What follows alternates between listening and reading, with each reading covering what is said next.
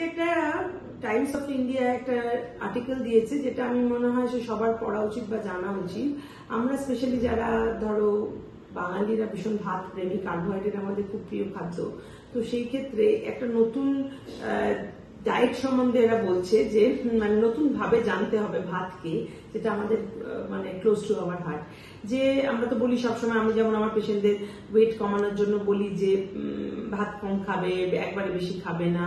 ঠিক আছে, রুটি দুটোর বেশি খাবে না, এটা আমি হামেশাই বলে থাকি। এক্সারসাইজ করবে, এটা তো ডায়েট অ্যাডভাইস কমনলি, আর বেশি পোটের আলু খাবে না, ছেড়ে দাও, ডায়াবেটিক ডায়েট করো। তো এখন দেখা যাচ্ছে যে নতুন স্টাডি করে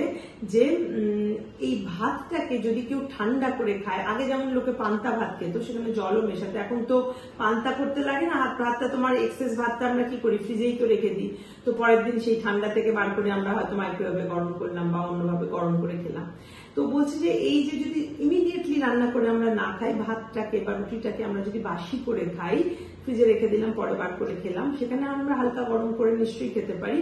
তাতে বলছে স্টার্চটা আগের মতো অ্যাবজর্ব হয় না। তো এই স্টার্চের মেন প্রবলেম কি হয়, কেন আমরা বারণ করি, যে এক নম্বর খেতে ভালো, স্টার্চ মানে একটু মিষ্টি মিষ্টি খেতে, নর্মালি মুখে ভাত বা রুটি নিয়ে চিবিয়ে দেখো, কিচ্ছু যদি না দাও তাহলে একটা মিষ্টি মিষ্টি স্বাদ থাকে। তো এই স্টার্চটা কি হয়, নর্মালি আমরা যখন খাই ফার্স্ট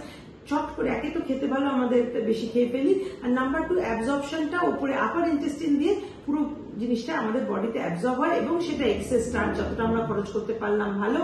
এবং বাকি যেটা এক্সেস হলো সেইটা আমাদের জমে যাচ্ছে অ্যাজ ফ্যাট। এটাই হচ্ছে স্টার্চের মুশকিল। কিন্তু দেখা যাচ্ছে যদি আমরা এটাকে ঠান্ডা করে খাই, তাহলে একটা রেজিস্ট্যান্ট স্টার্চ তৈরি হচ্ছে ওর মধ্যে,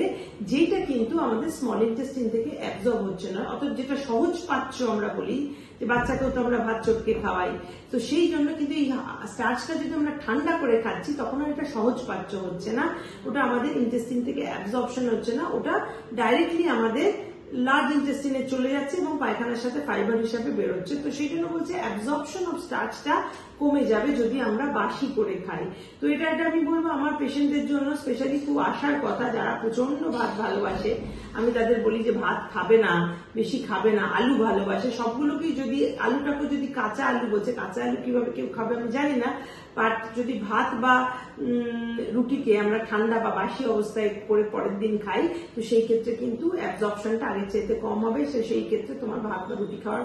মানে তুমি যদি ভাত খেতে চাও, ভালোবাসো, তাহলে একটু খেতে পারো, অ্যালাউড। এইভাবে যদি খাও তাহলে স্টার্চের অ্যাবজর্পশন কম হবে। আরেকটা কথা কি, আর কিছু স্টার্চ, যেমন ধরো কলা, পাকা কলায় সবসময় আমরা জানি যে একটু বেশি স্টার্চ থাকছে, মিষ্টিটা যেহেতু সুগার অ্যাডেড, সুগার রয়েছে, ফ্রুট সুগার যদিও, বাট কলা হেলদি হলেও অনেকে ক্যালোরি রেস্ট্রিকশনের জন্য কলা খায় না, কিন্তু তাদের ক্ষেত্রে কাঁচা কলাটা ইজ ভেরি গুড, কারণ কাঁচা কলায় কিন্তু বলছে যে কার্বোহাইড্রেটটা থাকছে সেটা অনেক বেশি কমপ্লেক্স কার্বোহাইড্রেট, তো সেই ক্ষেত্রে তার স্টার্চি যেটুকু স্টার্চ আছে সেটা তোমার জন্য হেল্পফুল। তাই একটু যদি ভেবেচিন্তে খাও, এবং স্পেশালি এই যে আসার কথাটা বললাম, সেক্ষেত্রে তোমার যদি ভাত খাও তাহলে একটু যদি এইভাবে খাও, তাহলে অ্যাটলিস্ট তোমার কতটা খেলে, যেহেতু এক্সারসাইজ সবার করার ক্যাপাসিটি এক না, আমি বললেও সবাই করে উঠতে পারে না, কারণ স্টার্চ খাওয়ার মেন সমস্যা হচ্ছে এক্সারসাইজ করলে ওই স্টার্চটা আমরা